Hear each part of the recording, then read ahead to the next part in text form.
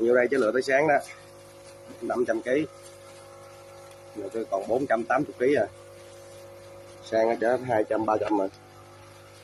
Hàng về đây anh chị em ơi, giờ này đang lựa phân mẫu ở đây như cái núi cái chặt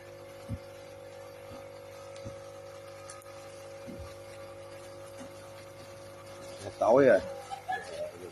Phân mẫu cho anh chị em đây, hàng cái xanh đẹp luôn, đang lựa ra mấy em tải đang xuống nữa. Đây là oxy. Anh chị em là hàng trên vui lòng là liên hệ số điện thoại là 0907 521286, gặp buổi chọn chốt đơn nha. Em đang kinh hàng xuống đây, hàng đây quá trời về dọc một xe tải rồi đây. Anh chị em ơi, hàng của mình đây về nha, xuống lần lần.